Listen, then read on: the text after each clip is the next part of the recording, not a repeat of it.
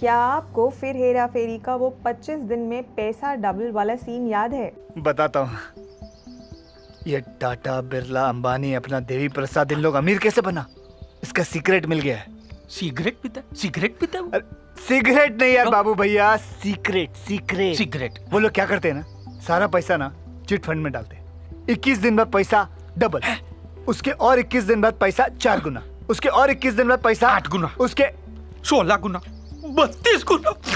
इसलिए मैंने सोचा तुम लोगों के लिए 5-5 करोड़ रुपए छोड़ के जाऊं।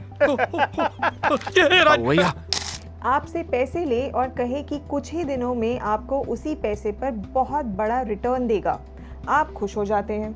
लेकिन असल में वो इंसान आपके पैसे को किसी असली बिजनेस या इन्वेस्टमेंट में नहीं लगाता, बल्कि वो आप जैसे और भी नए लोगों से पैसे लेकर आपको ही प्रॉफिट के नाम पर बांटता रहता है। जब तक नए मुर्गे फंस रहे हैं, आपको लगता है कि ये तो फायदे का सौदा है, 100 रुपीज़ दो और 150 वापस लो। लेकिन जिस दिन नए लोग मिलना बंद होते हैं, ये पूरा सिस्टम ताश के पत्तों की तरह ढह जाता है। इसी को कहते हैं पॉन्जी स्कीम। और इंडिया के सबसे बड़े स्कैम्स में से एक शारदा चिट फंड स्कैम में एग्जैक्टली यही हुआ था। ये कहानी है 4000 करोड़ के धोखे की और एक ऐसे लालच की जिसने 17 लाख लोगों की जिंदगी बर्बाद कर दी।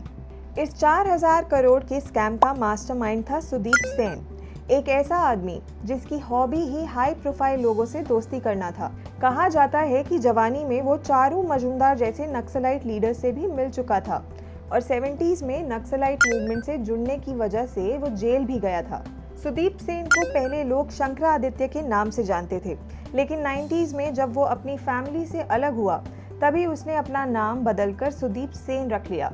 कुछ लोग तो ये भी कहते हैं कि ह्यूमन ट्रैफिकिंग में पकड़े जाने की वजह से इस बड़े स्कैम को करने से पहले उसने अपनी प्लास्टिक सर्जरी तक करवाई थी, ताकि अपनी पुरानी पहचान पूरी तरह छिपा सके। हालांकि इसका कोई ठोस सबूत नहीं है।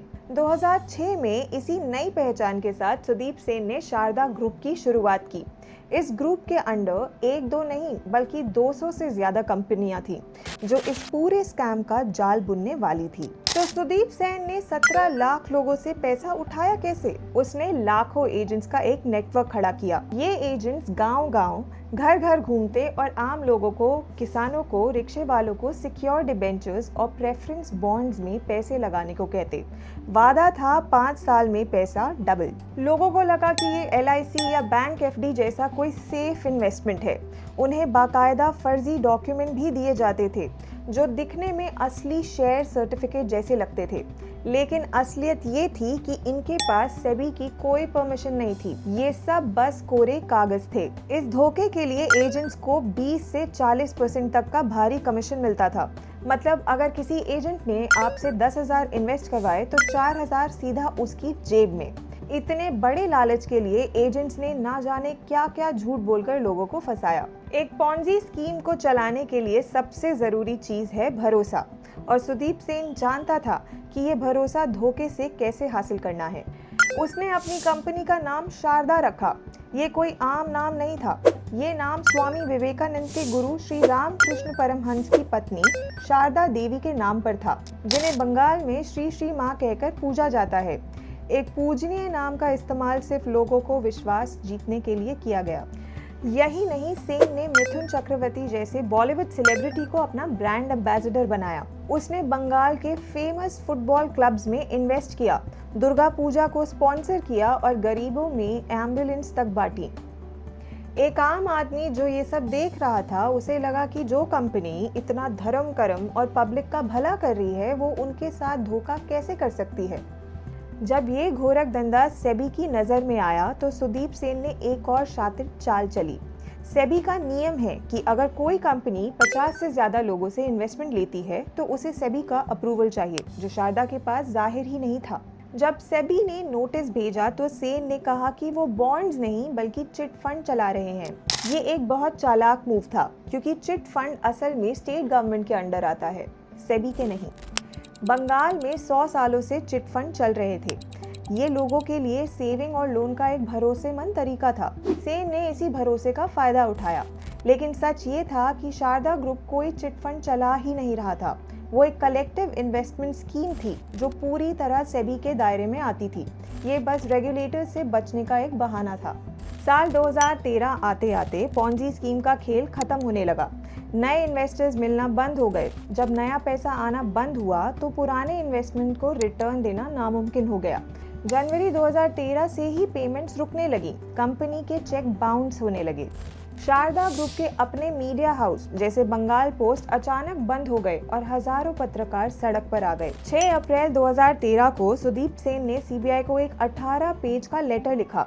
इस लेटर में उसने खुद मान लिया कि उसने बड़े पॉलिटिशियंस को करोड़ों रुपए दिए हैं। उसने साफ साफ ममता बनर्जी की पार्टी तृणमूल कांग्रेस के एक लीडर कुणाल घोष पर उसे धमकाकर मीडिया बिजनेस में इन्वेस्ट करवाने का आरोप लगाया।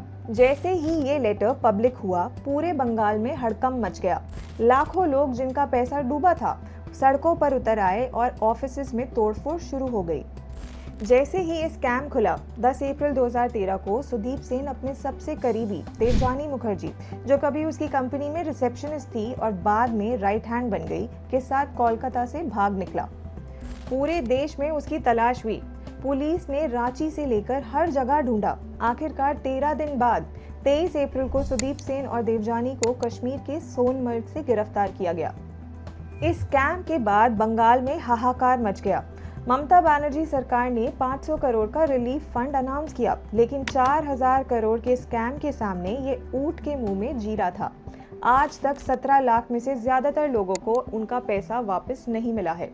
सुदीप सेन जेल में है, लेकिन शारदा स्कैम ने बंगाल में चिट फंड के नाम पर बने 100 साल पुराने भरोसे को हमेशा के लिए तोड़ दिया। ये स्कैम एक कड़वा सबक है कि जल्दी पैसा डबल करने का लालच अक्सर जिंदगी भर की कमाई डुबा देता है।